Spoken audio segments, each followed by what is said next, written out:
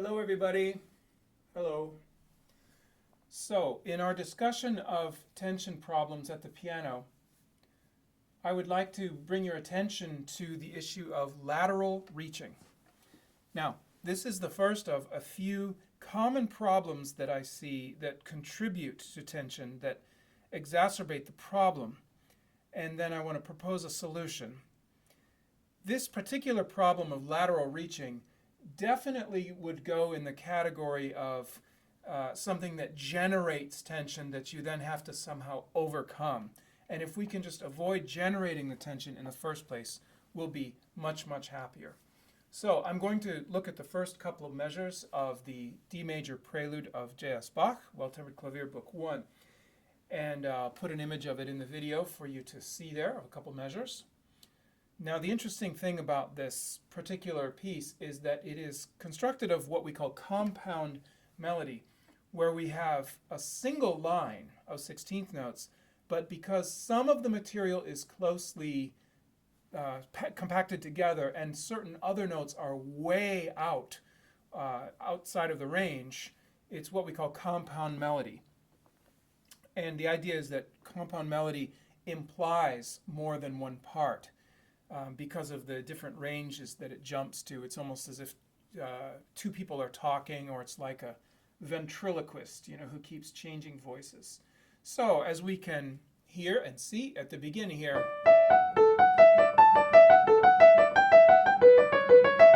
we keep jumping up between higher and lower registers. So especially that area would imply one voice, and these lower notes would imply another voice. And I don't know, you could say that high A implies another. It doesn't really matter. The point technically is that this is a larger span than your hand really will do comfortably.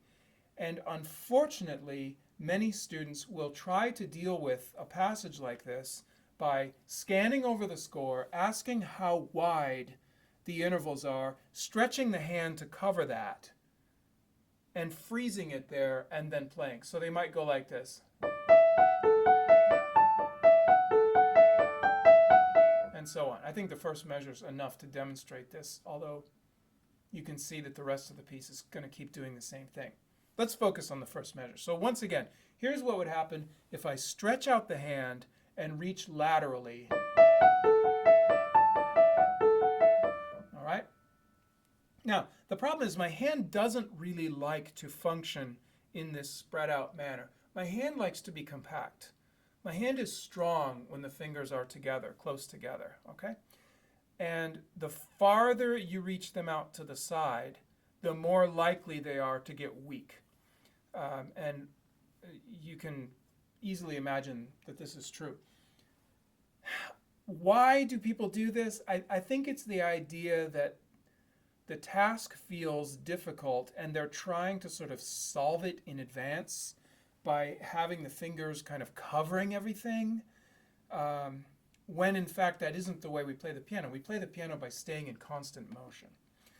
So the lateral reaching that's a real problem, believe it or not, even these three notes, D, E, F sharp, I would not even freeze in place for those three pitches. And my hand is quite large. I can reach a tenth,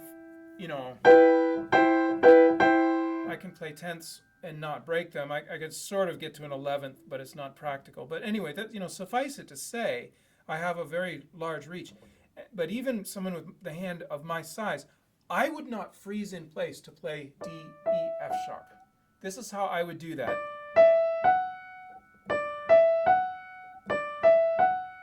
And what I'm feeling is the most centered, wonderful place for that note, and that note.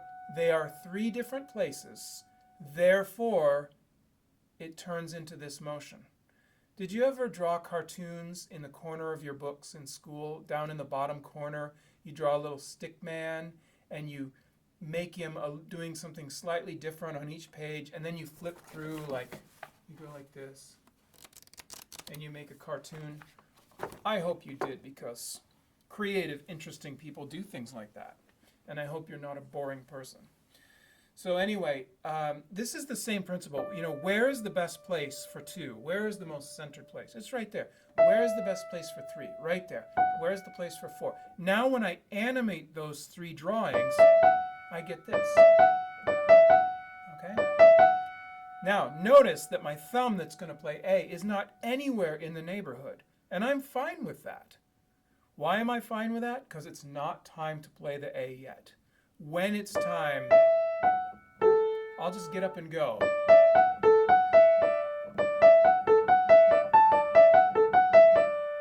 And yes, I'm perfectly fine with letting go. So, there, and so on.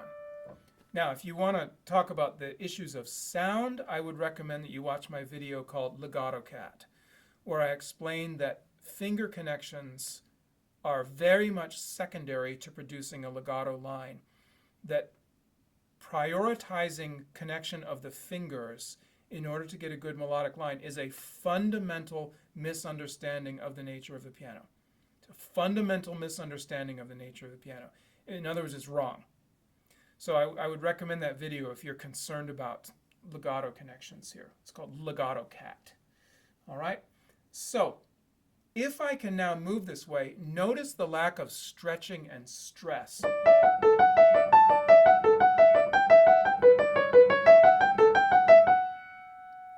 Am I worried that some of those don't sound entirely connected? No, because I'm just starting to learn this. I can kind of smooth that over later. What I'm trying to get now is a series of motions that are unencumbered, that don't induce stress, that don't make me accumulate tension that I'm going to have to figure out how to dissipate later. In other words, I'm trying to move in a natural way. The way I walk, the way I swim, the way I ride a bicycle, where the muscles are feeling like they work, but then they rest, and they can do this all day. So this is centering on the notes versus reaching for the notes. And notice, I'll do it one more time. Here's the reaching.